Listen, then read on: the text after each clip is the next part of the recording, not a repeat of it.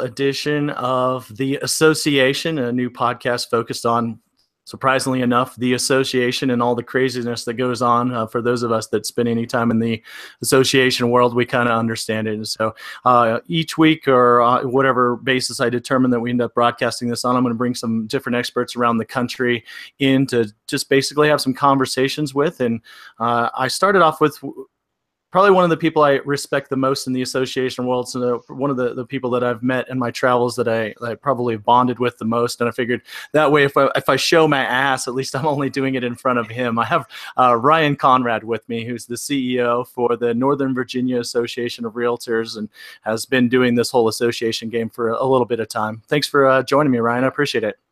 Happy to be here with you. Thanks for the invitation. Looking forward to talking. Yeah, so I think technically speaking, it's Ryan T. Conrad. I believe I see that everywhere. So there's a lot of speculation out there about what the team stands for. What does the T stand for? It actually stands for Thomas. That's my middle name, and that's all that it really actually stands for. I don't know what you know, but that's what I know. Well, I've heard amongst a circle of friends, it's folklore at this point, but it was an understanding by some of us that it actually stood for trophies, considering how many recognitions you've received. Yes, you've already within the first 30 seconds embarrassed me, so that's great. Yes, someone coined the nickname trophies, and I'm looking through my photos here. I took a picture of our trophy case outside of my office. I'm trying to see if I can find it. I was going to send it to the other day. We literally have a trophy case outside of my office. But just dedicated to you? It's not trophies about me. It's trophies about all the great things that our team has accomplished. If I can find it before the podcast, I'll show it to you. Okay, yeah, please do send that along. We'll be happy to share. So it just doesn't in fact stand for trophies. That's good to know. Although you've received a few of them. All joking aside, all those have been well-deserved, and I think it speaks volumes for who you are as a professional and in your career. And so you won the first basically Young Professionals Award at the National Association of Realtors, and talk a little bit about those recognitions that you have received, because it is important as you're establishing yourself as quote unquote younger professional in the association world, right? Yeah, I mean, it's definitely humbling to earn something like that. That award in particular was particularly humbling and really exciting because it was brand new to NAR, to the National Association of Realtors. You played an integral role in helping develop that through the AE Young Professionals Network. So that was really exciting to earn that. Look, the recognitions, they're helpful. From a career standpoint, they're helpful because your peers that you're working with, the volunteers you're working with, know that you take it seriously. They know that you're committed to your career. They know that you're trying hard and you work hard. So it really means a lot and it's appreciated.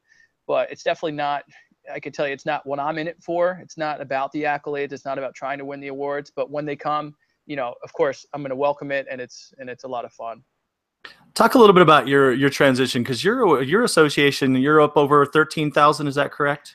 We are at about 13,000 when you include our primary, secondary, and affiliate members. And by the way, just to sidetrack for a second here, I don't know if you can see this. Oh, there's the trophies. That's the trophy case.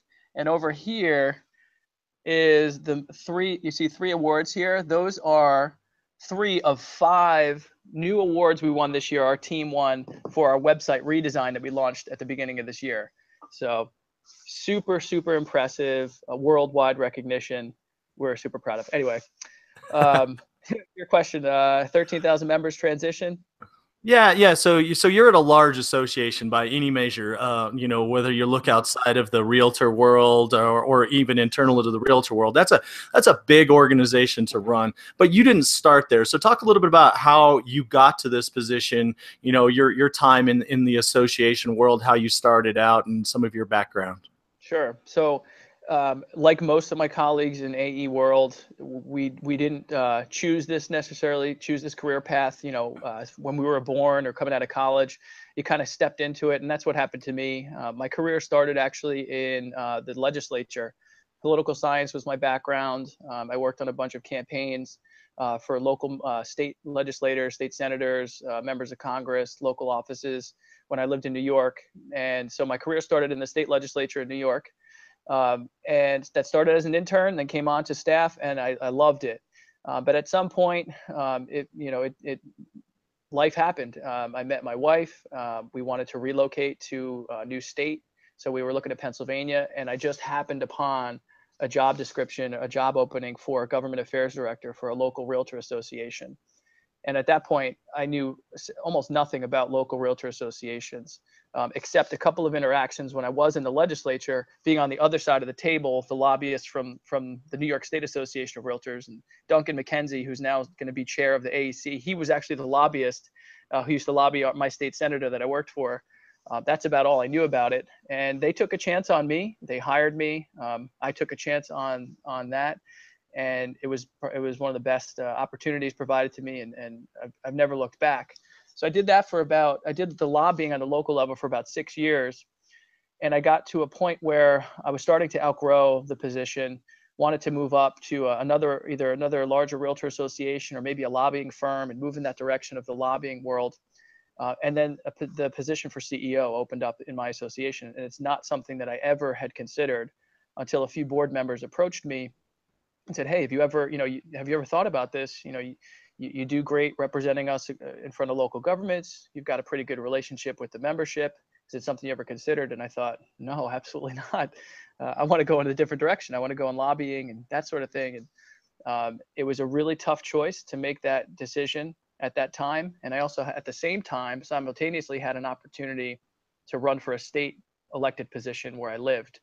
So I had these two choices, fortunately, to go in two different kinds of directions: CEO track, association world, assuming that they would hire me, or run for state representative, my passion, political science, that kind of thing. And I picked a path, chose it.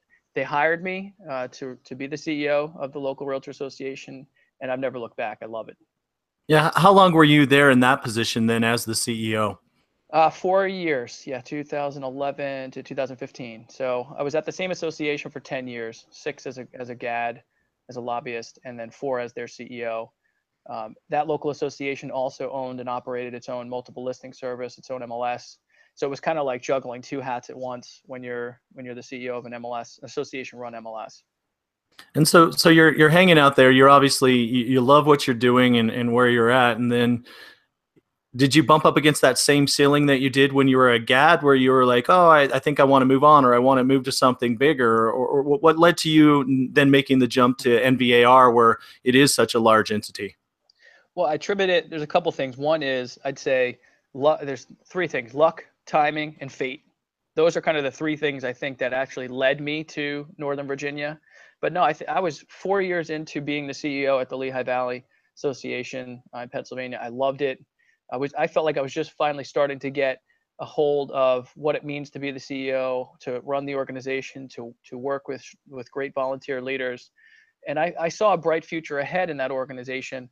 Um, but the position opened up at Northern Virginia Association, and as you said earlier, it's one of the largest local realtor associations in the country, with almost 13,000 members. We're the 12th or 13th largest in the country out of about 1,000 realtor associations. It's in the capital area, the national capital region, Washington, D.C., and kind of having that political background, it was like a magnet attracting me to it. So no, it just happened to be luck, timing, and fate. And when I received the call to be considered to interview, I wasn't going to turn it down. I wanted to at least take the chance to see if it would be something I'd be interested in, knowing that it is a big step up. It's a great organization. It's still within the realtor family, and I'm grateful that I did. I'm grateful for that opportunity, and here I am, and I love it. My family loves being here. It's been a tremendous move. So it's obviously, as you mentioned, a big jump. What would you say are the biggest differences? And not that your previous association was a super tiny association either. Of course, all things are relative in this world, but a substantial jump. What are the bigger differences that you've noticed between the larger entity and I guess in this case a smaller yet still significant entity? Mm-hmm. Yeah, and that's a good point. I mean, the association I came from was a mid-sized association, and like I said, we owned an MLS, so it was by no means small, and it was a growing association. But I'd say probably some of the biggest differences was number one, the resources available. Coming to a larger association, we have a greater amount of resources available to serve our members. Resources that we just simply didn't have at the other association. And so having those resources available, we can invest more into certain programs, products, or services for our members. And that's been a huge difference, and a really great difference. And you can see it. You can see it in the satisfaction of our members, in the level of programs and products and services and events that we're able to put on. So that's probably the biggest one in terms of resources, not just financial, but also staffing resources. We've got 35 staff here at NVAR. Where I came from, we had, I think we had maybe 15 at our peak. So not a small staff by any means, but more than doubling the amount of staff. And the staff here, this is another really kind of interesting difference, is the amount of staff and the quality of the staff is unbelievable. We had some tremendous staff in Lehigh Valley, and here now we're basically doubling the capacity and the talent, and it's been great. I mean, where I was in Pennsylvania, we had tremendous staff, but here now we have, for instance, a general counsel on our staff, so a lawyer. We have a CPA on our staff. We have several with advanced degrees. So the level of staffing has been great. The other thing I'd say is just the sheer volume of business that gets done in this region. Our members here transact about $12 billion worth of real estate every year, 22,000 transactions, and it's in the National Capital Region. So they're doing business not just in Northern Virginia, but also in DC, in Maryland. So it's a big, broader region that we're dealing with. So you mentioned that you have more staff, which means more staff. While that's great for the resources standpoint, managing staff is always one of the biggest challenges. HR overall is for at least my experience in the association world, is one of the more challenging aspects, because there's no system, there's no playbook for that, and each individual is their own. So in terms of going from a relatively good sized staff to now which is a really big staff for any entity, let alone an association, what's that been like in terms of how do you change your management style related to having that many staff members now? Yeah, good question. Well, another sort of a benefit of being part of a larger organization. I mentioned that we had an attorney, we have a CPA on staff, but we also have somebody that is trained in human resources. We have someone with a SHRM certificate, Society of Human Resources Commission, something like that. It's one of those designations. Alphabet soup stuff. Yeah. So that's another resource that I could rely upon, experts in human resources and how to navigate through challenging situations. Yeah, but that's all fine and well. I mean, that's the challenging stuff. You're still the one at the front of the deck, and you're the one that's the leader of that entity ultimately. So while it's great to have those, you're still, I have to imagine, ultimately at the end of the day, those folks are accountable to you. Yeah. Well, I'd say the biggest difference too with that I had to change in my philosophy and mindset, well, not even philosophy, but just approach, was I didn't have to be involved in so much of the day-to-day transactional things that I had to be when I was with my other association. Now we have a really great team that does certain things as it relates to member services, as it relates to reviewing contracts, as it relates to fielding phone calls, those kind of things, where my instincts were to get right involved with them and be actively involved. I had to sort of step back and make sure that I wasn't necessarily micromanaging. Now it was more about my vision, my philosophy, and my management style of how I would like to carry out the culture here. But it wasn't necessarily about, okay, well, I've got to write this note, or I've got to make this phone call, or send this email, or process this application. I could focus more on the sort of visionary part and the philosophical part of leading the team. What's been one of the most successful ways of imparting that to your staff that you found, and especially because it's such a new transition, like you were saying, from being involved in the everyday aspects to now at this philosophical and leadership role? What are some of the tricks, or maybe some of the things that you would say to others out there in terms of being effective with that?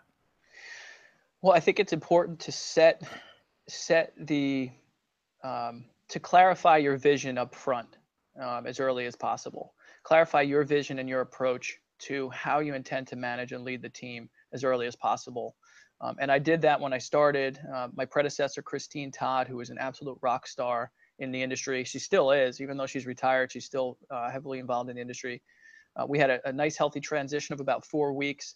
And basically after her last day, that first day without her, I made sure that we had a full staff meeting where I had the chance to lay out sort of who I am, my association philosophy, my sort of member first philosophy, how, the importance of a team culture, laying all that out up front. And then not just laying it out up front, but actually trying to live and breathe it out over time. And that's the hardest part of it, is, not just saying it, but actually doing it. And so one of the things that I developed earlier this year was this sort of new corporate values, so to speak, for the organization. Defined it, spelled it out, put a graphic behind it, and it's sort of cliche, but the acronym that it spells is team, and it's team approach. Being a team player for the T. E is for excellence, striving for excellence. A is for ambition. We want a team that's ambitious, and M is for being motivated. And it just happened to be, now the M was drive, until someone said, well, if you make that an M, it could be spell out team. I'm like, you know what? All right, it's kind of the same thing, but that's the culture that I'm trying to create, as a sort of team atmosphere, and actually trying to live it. Yeah, that living it part. How do you demonstrate for again, from the person who first sees folks as they come through the door to your legal representative? How do you demonstrate for that, so that they know that these aren't just nice little catchy slogans with an acronyms attached to it? There's a couple of ways. One is structural changes internally with the organization, and then the other is through, which is actually going to be new for next year. You're kind of speaking ahead of something we've implemented, but with our evaluation process. Structurally, internally, we've reorganized in a way that matches up against the culture we're trying to create, and that's the team atmosphere, trying to sort of break down silos, increase communication across all departments, moving towards a digital future. We've started to make some enhancements that way. And one way specifically is we've created what we call our digital experience team. It's not new staff, it's existing staff that have certain talents that we're leveraging. We're putting them into more of a leadership role. And their job is to operate across the entire organization, primarily from a digital perspective, but also from a commerce perspective, and a communications perspective. So kind of changing some structural things with the organization. And then one practical thing with the evaluation process, which we're going to be rolling out for next year, rolling it out actually this week for next year, is we're tying to the performance evaluations elements of the corporate culture that we're creating. So it's part of, on a quarterly basis, managers will review with their employees, how are you meeting up and matching up against the team culture we're trying to create. You keep using culture, and that's one of my big passions in terms of, with the work that I'm doing. I always, when I go out and I work with associations consulting wise, or just leadership trainings, whatever it is, I always circle back around to organizational culture and its importance. And I've heard you say it 3 to 4 times. So what is organizational culture to you, and how do you create it? It's really hard. That's one thing I could say. Unless you're building something from the ground up, it's your own company, or you're the founder or a CEO of a startup. It's really difficult to come in and create the culture you're trying to envision. And it's, to this day, it's challenging here. And I've been here, over a little over 2 years now. You've got to understand what the culture is that you're trying to create. And here we've created our sort of our corporate values, or our team values. But we've also then created an external vision or culture of what we expect, and an internal vision or a culture of what we expect. You've got to define it. You've got to have an idea of what it is you're trying to create, and then you've got to live it. Kind of like the team, the team culture atmosphere. You've got to live it. You can't just say it. It can't just be a slogan. And and not everybody wants to embrace it. And that's the other challenge that you work through, is some on your team will embrace that and embrace change or something different. Not everybody will. And so you try as hard as you can to work through that with them. But there comes a point where someone's either going to be on the bus or they're not. And they either recognize that for themselves, because the culture you've created is just not something that aligns with what they believe in. Or you have to confront them with that this is not the culture. What you are doing in your practice at the organization isn't aligning up with the culture. So it's definitely not easy. What's even more intriguing to me is that You mentioned Christine, who was your predecessor, and yeah, she's a recognized name in the Realtor Association world. Quote unquote, a legend. And my career has always been spent replacing the person that replaced the legend. I always feel like that's so much easier because overcoming, especially someone that's as charismatic and did such a great job that she did, to then put your own stamp on it, that has to be a challenging thing. Did you think about that when you took the job, that you were following someone that was such an industry icon, and what that might mean ideally for your vision and your idea of what an organization's culture looked like? Yeah, and I would argue that, and I'm sure I'm not the only one that feels this way, but when you follow someone who has had so much success as someone like Christine Todd, there's really only one way that you can go, and that's down and make it worse, right? Unless you try really hard. It's like, how do you take someone who's at the peak and continue to grow it even further? And that was really my drive. And in fact, that's it, I called it, when I started here 2 years ago, I called it sharpening the saw, based on the seven habits of highly successful individuals, the Stephen Covey book. And he talks about sharpening the saw, and it's about, okay, we're doing a lot of great things, we're doing them really well, but how can we sharpen the saw to do them even better? So to me, what I tried to focus on is bringing a different level of energy and enthusiasm and perspective to the great things that we were doing, and it's helped. One of the things we rolled out this year was what we call our success formula, and I'll show you. We have coffee mugs for everybody. I don't know if you can see this, but it's E3, and we gave everybody a coffee mug so they don't forget it. But it's energize, elevate, and excellence. So the success for 2017 was about bringing a level of energy to everything that we do, elevating what we do to make it even better, and doing so with excellence. And if we could do those things with how we approach all of our programs, products, and services, then there's no stopping us. And for the most part, I think the team here has embraced that and has adopted it, and the results are evident in how we've done this year. And a quick example is we do a convention every year that's free to our members. And this year we had record results. We had over 2,000 attendees. We've never had more than 800 since we've had it. We had 120 vendor booths, where we've never had more than 80 before. We raised $15,000 for RPAC. We've never raised more than 5,000. Things like that. We've digitized the experience with a seamless check-in, a registration process. We never had a registration process before. So we always had a great convention, but now it's taken it to the next level to make it excel. That's awesome. I like the branding. Yeah, the E3. That's pretty cool. Yeah.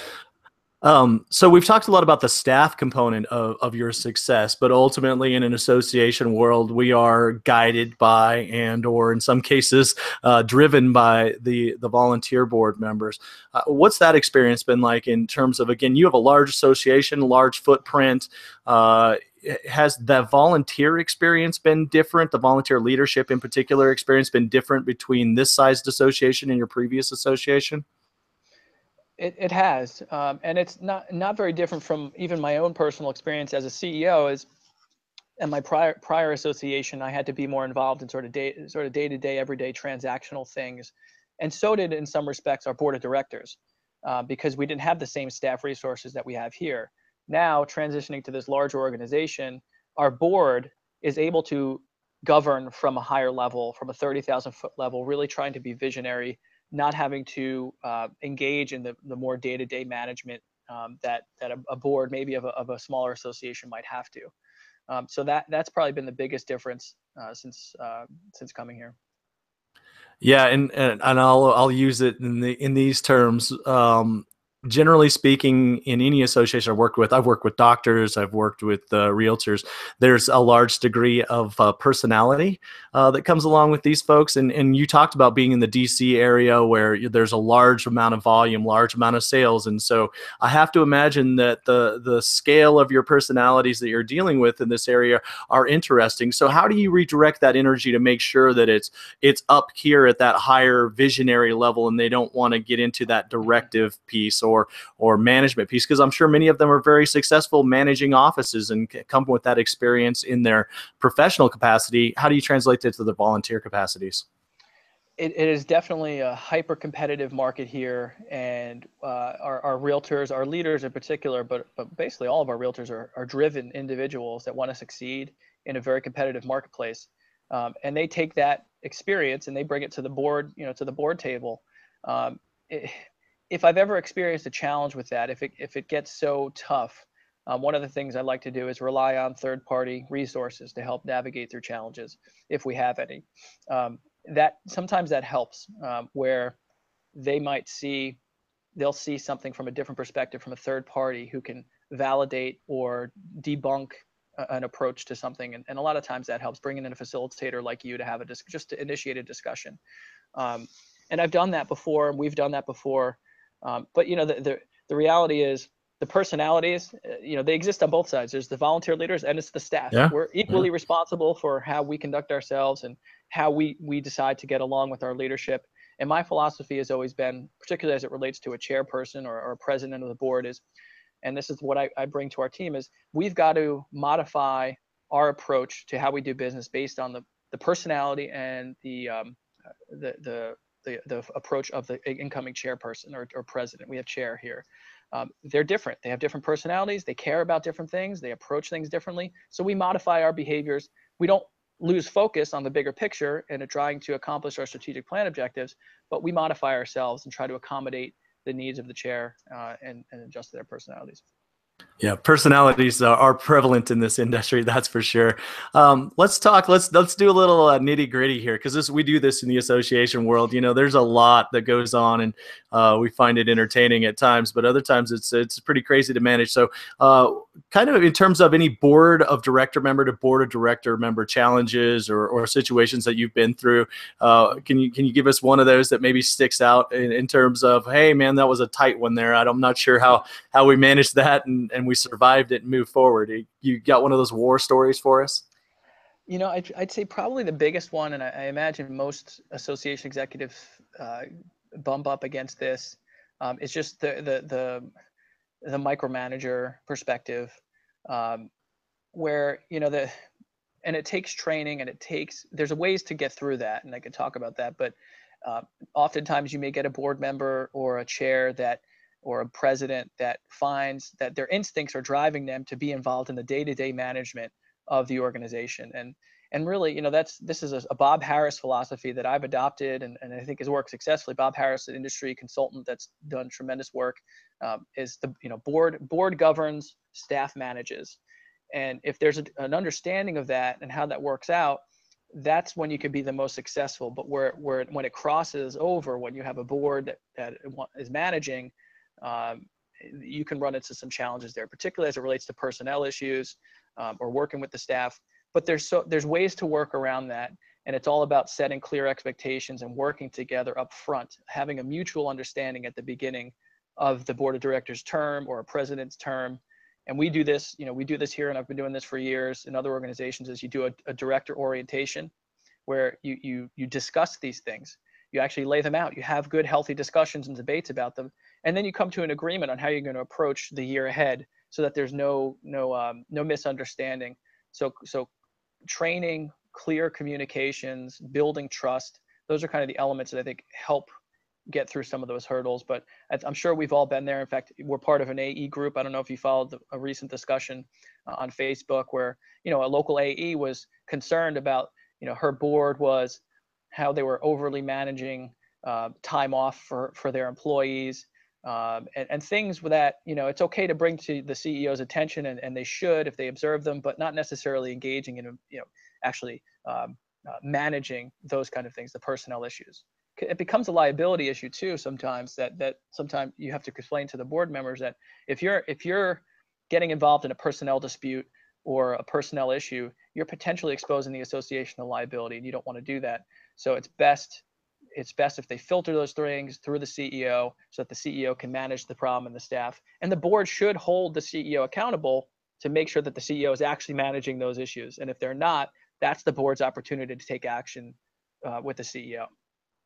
Yeah, you can get yourself into some really interesting situations. And it's usually because people are there and they're giving and they bring a passion. But you're right, it's about those roles and responsibilities. And when they start to overstep, I did follow that conversation, and it is intriguing. And you just worry about those executives out there that aren't able to assert themselves for fear of losing their job or just not having the skill set to do that. Because ultimately, once you allow it once, then it becomes, we're talking about the culture. That becomes the culture. culture. And to me, that's a path to a really poor performing entity. And it may be sustaining for a short amount of time, but over the duration, it's going to eat away at everything. It's going to lead to personal conflict, which comes to the boardroom. Have you ever been in that scenario where there was personal conflict between, various members of your volunteer board? And what, if so, what did that do to your ability to be successful? Mm-hmm. Yes, I've experienced that. I've experienced that, and it can hamper. What it does is it creates as it relates to on the staff management side, it creates a wedge or a divide between the CEO and the staff, and the credibility of the CEO with the staff. If the staff has some sort of sense that, well, really the board's managing me, not necessarily the CEO, it creates a tension and a wedge between the staff and the CEO, and the staff and the board, and that could create some challenges. So you work through those things, again, by setting the expectations, by talking it out with your board and leadership, trying to make it clear what the roles and responsibilities are between the two. If you don't do that up front, then you're setting yourself up for failure. The other thing that I really strongly believe in, and kind of developed this over the last couple of years working with my first chairman here at the Northern Virginia Association, was we came up with an agreed upon idea of no surprises. We both wanted to create a level of communication and trust between us that no matter what, good news, bad news, indifferent news, we wanted to be in touch. We had to be communicating. If he was aware of a conversation happening over here, he was making me aware of it. If I was aware, vice versa. And that established some tremendous amount of trust up front. And we were able to work together as a team. And we expanded that to our entire leadership team, not just between I and the chairman. We created this no surprises philosophy that we all sort of subscribe to. And it's worked pretty well. Every once in a while, you can't control it. There's going to be surprises, something that, I didn't know about and find out later, or they knew about and I didn't, find out later. But if you can work through that with no surprises, then it helps minimize some of the issues. Yeah, that surprise component is important. That's just a basic human piece. I think we all want to feel as ready, prepared, and as knowledgeable about what's happening as possible, so that we can react and respond accordingly. I'll talk about this as this new podcast evolves, but I'll talk about where I thought I had some of those things and some of the failures. I will never say I failed my association, but in terms of me exiting my most recent position with the association, I failed myself as an executive, because there were some things that I let go of and that I wasn't doing that set myself up for ultimately a volunteer decision where I was caught off guard and surprised by. And the one thing I would say that I would share out of that is never feel too confident in your position and your role, because your volunteers change so much that they don't always, and because my situation was almost a decade in, so there were folks that had no concept from where we came to where we were today. And so that trust and the confidence is a great thing. You should have it, but it never place too much into it, because they're still, at the end of the day, volunteer folks that, we serve at their whims to some degree. Well, that's one of the sort of, when I talk to AEs, fellow AEs, every once in a while I do some presentations about sort of what some general tips for success, or what will hopefully make them successful. One of the ones I always talk about is staying grounded. You've got to stay grounded. You cannot forget who you serve, why you're there, and remember where you came from. You're there to serve the members at the end of the day. And they, as the CEO, they're responsible for hiring and firing you, and they're accountable to their members. They have a fiduciary duty to their members, to the finances of the association. So it's their association, and we can't forget that. And at the end of the day, you've got to keep that in mind, because if you forget that, you can easily lose sight of it, and surprises can happen, and you want to try and avoid that. Yes, you do. I can attest to that. You want to avoid those. Things get interesting at that point. I'm going to transition this a little bit here. I want to circle back around to, again, you being at a large entity, and the way it works in the Realtor Association world is we have this three-way agreement. So you're interlocking with the National Association of Realtors, the local, and the state. And so for you, you're such a large local entity that I think you constitute nearly half or more than half of your state. What is it like to be in a local association that, to some degree offers comparable levels of service as does a state association. And what does that do to that state local dynamic, where typically, of course, the state is vastly larger, or you're just one portion of the state's interest to represent, whereas you all, when you speak, it does matter because you have such a large constituency for the state overall. Yeah, that's a great question, and it's not easy. It's not easy. We represent about almost 40% of the entire Commonwealth of Virginia, and we're the direct grassroots level provider of service to our members. We have a daily interaction with them. When there's an issue, they come to us. When they have a lockbox issue, they come to us. When they come to classes or events, they're coming to us. They're not necessarily going to Richmond, to the state association for those things. So one of the things that we try to do is, what I've tried to do since I've started here, is develop a closer relationship with our state and try to develop a level of mutual understanding about our respective roles and responsibilities to our members and what they are. I can't control for how the state approaches that, or how, what their philosophy is. I can control for how our board approaches that. But if we work together, we can help figure that out and try to avoid any kind of conflict or confrontations that might occur. But it happens. I mean, it just naturally happens. We may provide similar services to our members and be struggling over, getting a message out to our members. We had a service, and this has happened before, and at the end of the day, it's actually a good thing. We adopted a service here locally that we provided to our members, and the state association saw how successful it was that they wanted to adopt it as a statewide offering to all members. And so at the end of the day, that worked. We were sort of like almost like from a government standpoint, they call states the laboratories of democracy, where you get to experiment, and as things are good, maybe adopt them on a national level. Well, it kind of happened for us. So there's ways that you can work successfully to do that, to balance the relationship. And then there's some ways that just don't work. If you're not communicating, if there's surprises, if there's surprises, that could be a challenge.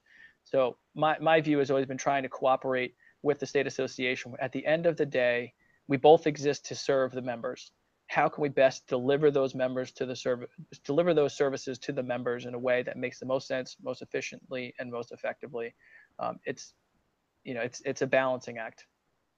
An interesting thing, and I won't get too much into inside baseball stuff with the realtor associations exclusively, but at the same time, there is a recent policy that speaks about where you can lobby and jurisdictional types of questions. Now, to me, for entities like yours that are large, and you even engage at times at state level discussions, once you start getting into this jurisdictional, oh, you can advocate here, but they can't advocate here, that sets up for a very interesting conversation. And I have to imagine, in terms of lobbying, you're usually on the same page, but for those moments where it makes more sense for your local constituents to have a perspective rather than the state view, that seems to be an area that would set up for some potential conflict as well. Mm-hmm. Well, and that's an area where, coming from where I came from to now, to a larger organization, one of the things that we do have here is a strong presence on the Capitol in Richmond, with our lobbying staff, and with our members.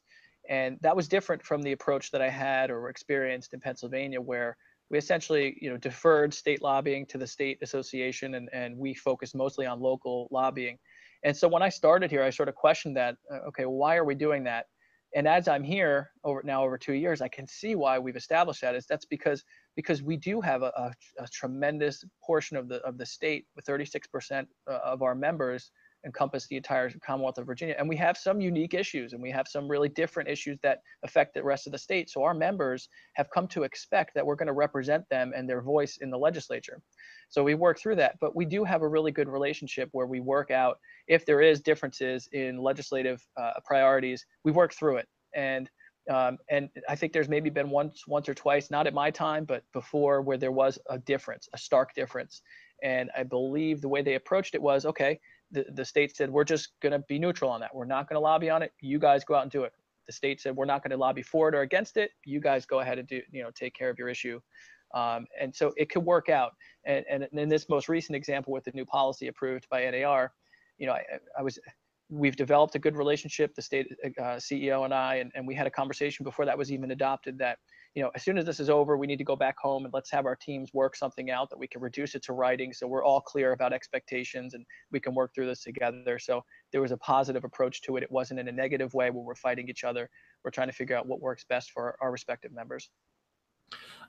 Talk a little bit about not only do you have the state local dynamic when you're as large as you are and you make up as much of the state as you do, but then you have these other local entities that are in the state, the other executives, other associations that you also have a relationship with, and I'm sure they just look at you as Goliath all the time. How do you manage that and make sure that they can appreciate your perspective while hearing theirs as well? Yeah, so one of my personal philosophies as it relates to association management is collaboration. I believe in collaboration. Working together, we can do more to succeed rather than competing with each other. And so it was different to come here and see that we were viewed as not as a collaborator, but as competition or as someone who could potentially take them over. And so I've worked really hard, and our leadership, our board of directors, from a philosophical standpoint, has worked really hard to try and set up create an atmosphere of collaboration. And that it starts with, at the top, my counterparts getting together, talking, getting to know each other, building trust, and also with our respective volunteer leaders, them getting together in social settings, in business settings, just establishing the relationship. And I feel like over the last 2 years, we've made some really good progress with that. There's about 6 of us in the Northern Virginia region. They're all significantly smaller than our association, but we work together really well. We meet on a quarterly basis, the AEs, to talk about what we're doing, seeing how we could collaborate. And this year, so for the first time last year, we did a joint regional professional standards board of directors training, where all 6 associations got together here at our headquarters, had a great day, and they loved it. They loved the interaction. They loved being able to hear the perspective of volunteer leaders from other associations. And for the first time next year, we're actually going to have a regional leadership day, where it's bringing all of the leaders together to talk about the year ahead, to bring in national speakers and really have a good event. So we're starting to create the atmosphere of collaboration. It's really about, it starts with trust, and you have to build that trust. And most of them didn't know me personally before I started here, but I'm working hard to develop that trust. And fortunately, our volunteer leaders have that same mindset. They really want to work together, and it's working. We seem like it's moving in the right direction. You all are a part of one of the largest kind of consolidation. Speaking of working together and building, trust, you're part of one of the largest consolidations that's happened in the country in terms of the multiple listing service, the MLS, Bright MLS. I know you kind of came in at the tail end of that, I believe, or right as the discussions were kind of being developed. I don't necessarily want into the details of that, but what was the biggest lesson or the biggest takeaway that you had in terms of that coming together? Because this is a multi-state type of thing. Obviously, MLSs contain a lot of money. There's a lot of power. There's the whole MLS world struggles with consolidation and cooperation, and yet you guys are sitting there kind of in the middle of one of the largest in the country. What for you? What was the biggest takeaway from that coming together? I'd say probably, well, there's probably a lot of takeaways, but courage, I think, is one of the courage and leadership are kind of the 2 words that come to mind as it relates to that whole outcome of that merger. It was the merger of 2 very, very large MLSs in the Mid-Atlantic region who had the courage and the leadership and really the vision to set aside personal interest, to set aside the parochial interests, and come together and say, look, this is what's best for the industry. Let's lead this. Let's demonstrate and lead by example. Bring these 2 entities together and start the conversation. And it was a 2.5-year conversation, something like that, before it actually went into place. But it took courage, it took leadership, and it took vision to get there. And that's probably my biggest takeaways is you have to be willing to think about down the road, the vision, the outcome. What is it that we're trying to create, and how can we get there? And it starts with a conversation. And if you've heard any of the presentations by David Sharon, who was the former CEO of Bright MLS, and Tom Phillips, the CEO of who's now the CEO of Bright MLS, was of Trend, it started with a conversation. They had coffee somewhere, they met for a drink somewhere, and talked about it and just got things on the table. A lot of times, and we had a successful merger in Pennsylvania with the association I came from. A lot of times you find that it's just people are afraid to have the conversation for fear of what they have to lose, but so they won't even have the conversation. But if you're at least willing to have the conversation, have the courage to have the conversation and lead the conversation, then it could be successful for your members. I want to switch gears into some, I guess, somewhat lighter stuff here, but you mentioned earlier peer-to-peer groups, whether they be social-wise or elsewise. How important have they been to you? What do you use them for? What's the value that you see in peer-to-peer groups with other executives? Yeah, they've been invaluable. I just the people that I've gotten to meet over the years and have bonded with, people like you, believe it or not, and many others. It's led to so many great things: personal, professional growth, friendships. One of the things that I try to share with other AEs who are kind of new to the industry is you need to surround yourself with good people, not just internally with your staff, but that also means out with your peers.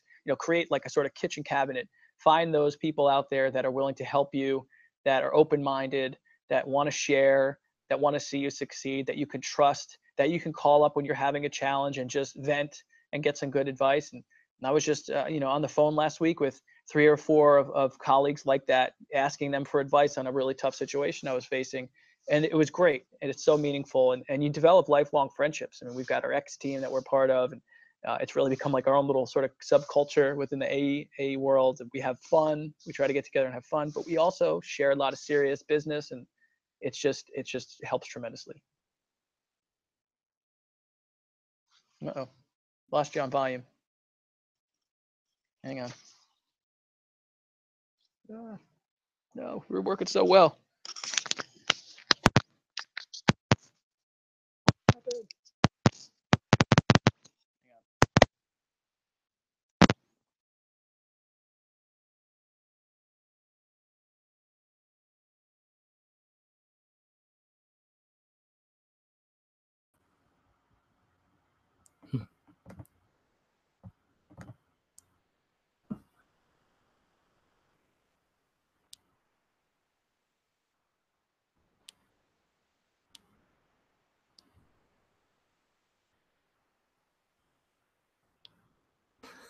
Can you hear me at all? I don't know if I can hear you. I got nothing on you now. It's all me.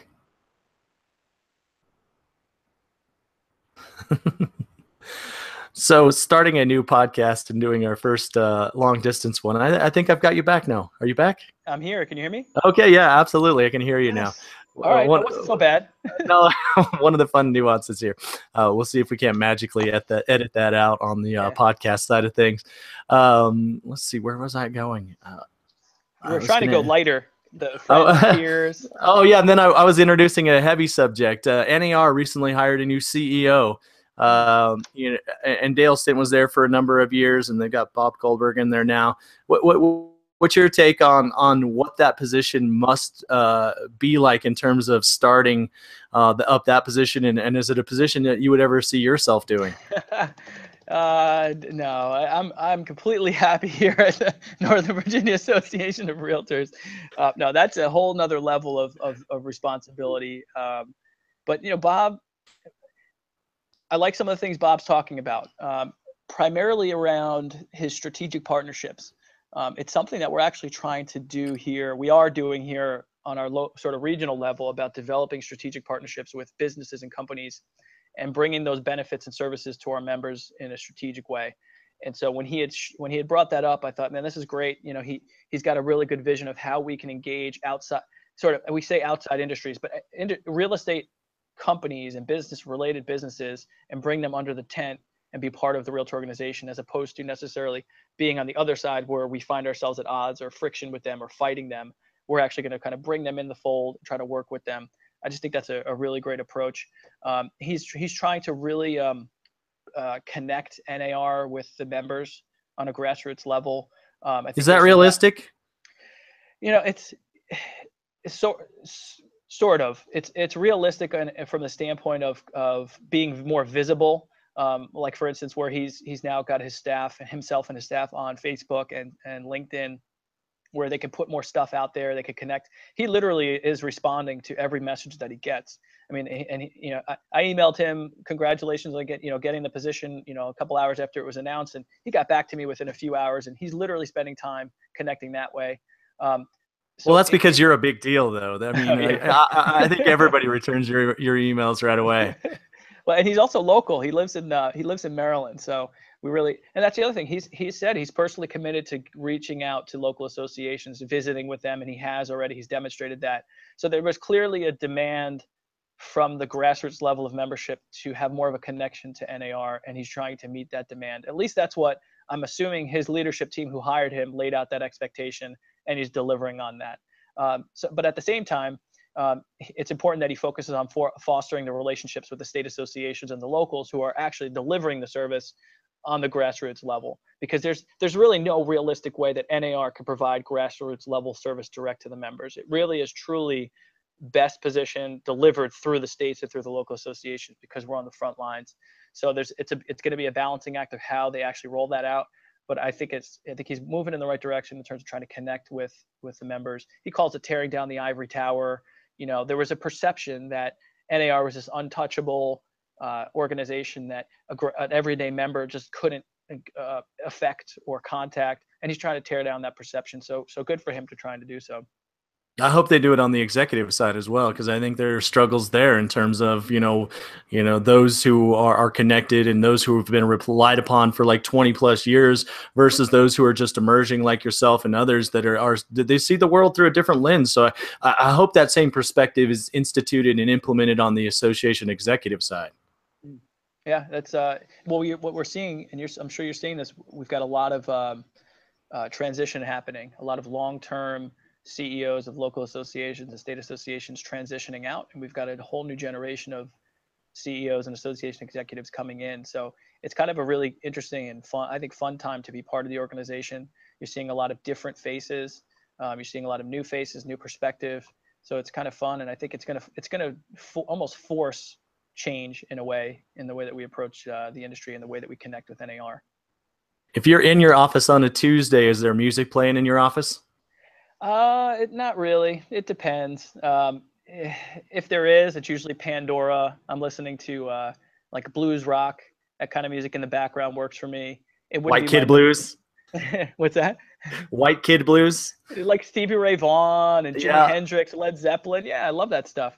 It's good background music. It's kind of calming and relaxing, helps me focus, as opposed to what I would normally listen to, like Metallica and those groups. What's the coolest thing about your office? Oh, geez, that's a good question. I would say my view. I've got a tremendous view. Are you still feeding the deer? No, we don't do that. We're not supposed to feed the deer. It's not the right thing to do. But we do have a lot of deer, and we have state protected forest land right behind us, and it's a beautiful view. I get the sun coming in, and I've got my own sort of lanai patio here that I don't use. I should use more often, but it's a beautiful office. If you're thinking about work but you're not at work, what are you doing what energizes you and gives you that ability to kind of free up and think about important things at work but not be at work? Ooh, that's a good question.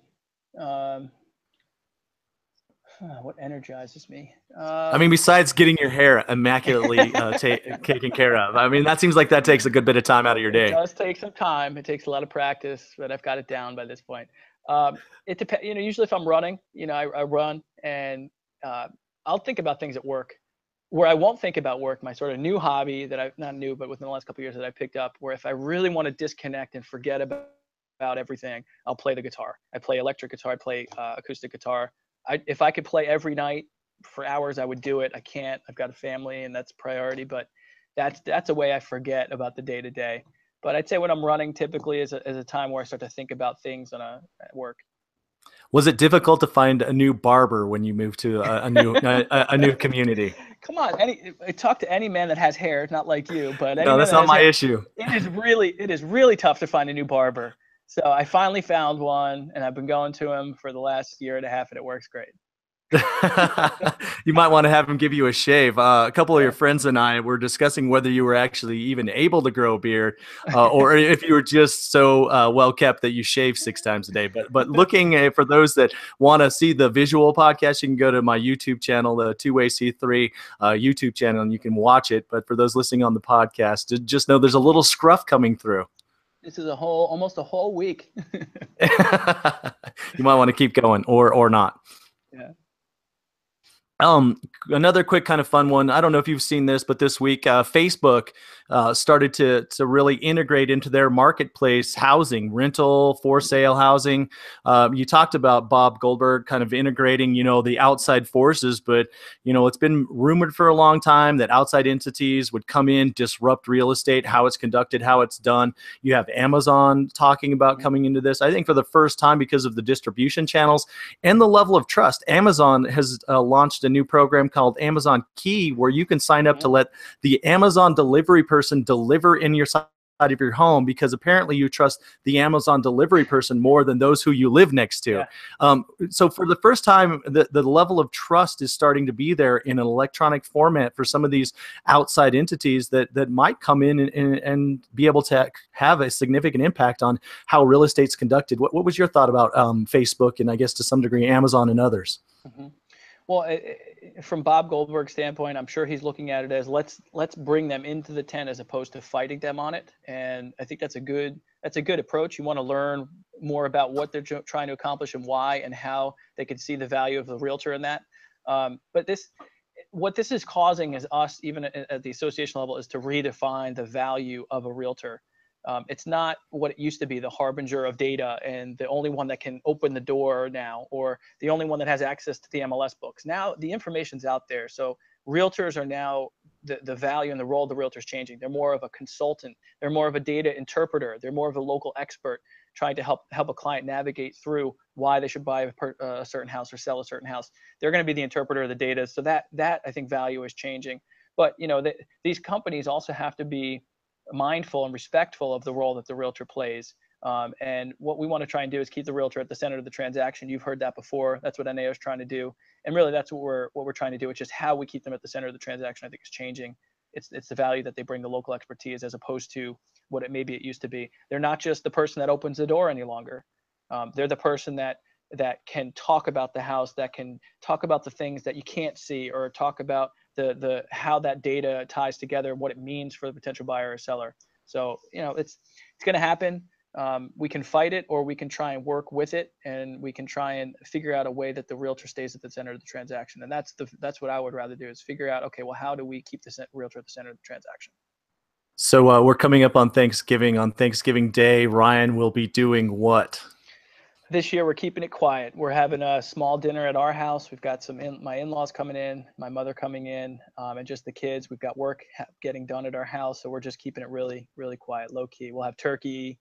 We'll do some fun board games with the kids, and we'll go to the parade the next day that they have locally here in Reston. So it'll be a nice, fun, relaxing weekend. Get our Christmas tree. Does your wife allow you to actually carve the turkey? Is that her role? Does she allow me? Yeah, she gives me permission. She does. She gives me permission. Yeah. Does she still warn you about running with knives? No. Okay. Well, Ryan, thanks for taking the time and being my initial guinea pig here, and save for a little small tidbit of technology challenges there. I had a great time, and I think things came out without a hitch. So look forward to turning this around. And of course, I look forward to continually being able to give you a ration of shit. That's basically what I'm here to do at this point in my capacity. So congratulations. I'm not going anywhere. All right. Thanks for having me, Clint. I appreciate it. All right, man. Take care. Good talking with you. Yep. Bye.